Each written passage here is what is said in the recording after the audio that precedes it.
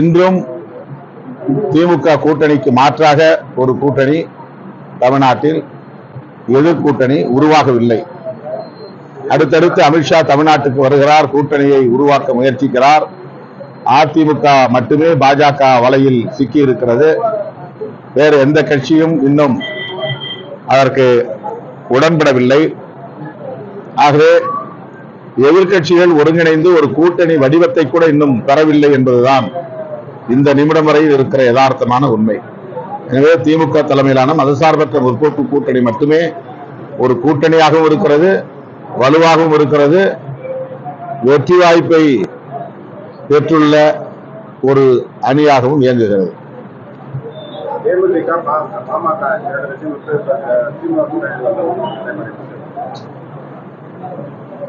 திமுக கூட்டணியில் மேலும் சில கட்சிகள் சேர வேண்டும் அல்லது சேர வேண்டாம் என்பது குறித்து முடிவெடுப்பது கூட்டணியின் தலைவர், தமிழ்நாடு முதல்வர்.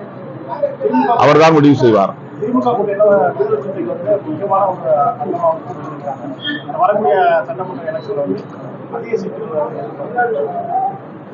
ஒவ்வொரு தேர்தலையும் நாங்க கூடுதலாக தான் சீட்டு எதிர்பார்க்கிறோம், கூடுதலாக தான் கேட்கிறோம்.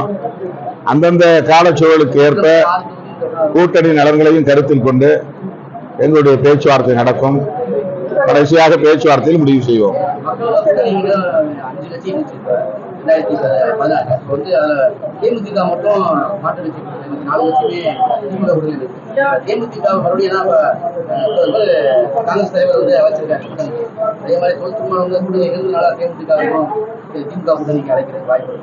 தமிழ் மாநில காங்கிரஸ் கூட மக்கள் நல கூட்டணியில் இருந்த கட்சி தான். இப்ப அவங்க வெளியே தான் இருக்காங்க.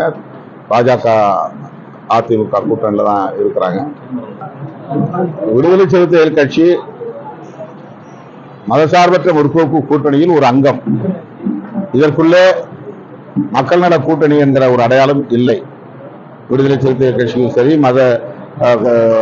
கம்யூனிஸ்ட் கட்சிகளாக இருந்தாலும் சரி, மதிமுகவாக இருந்தாலும் சரி, நாங்கள் மதசார்பற்ற முற்போக்கு கூட்டணியாக ஐக்கியமாகிவிட்டோம். எனவே மறுபடியும் அது 4 கட்சிகள் மக்கள் நல கூட்டணி என்று அடையாளப்படுத்த வேண்டிய தேவையில்லை. தேமுதிக எந்த அணிக்கு போக வேண்டும் என்பதை அவர்கள் தான் முடிவு செய்ய வேண்டும். அதிமுக அவர்களுக்கு கொடுத்த வாக்குறுதியை நிறைவேற்றவில்லை என்கிற அதிருப்தி நிலவினாலும் அவர்கள் திமுக கூட்டணிக்கு வருவார்கள் என்று நாம் யூகமாக கருத முடியாது. அப்படி ஒரு சூழல் கனியுமேயானால் அதை முதல்வர் பார்த்துக் கொள்வார்.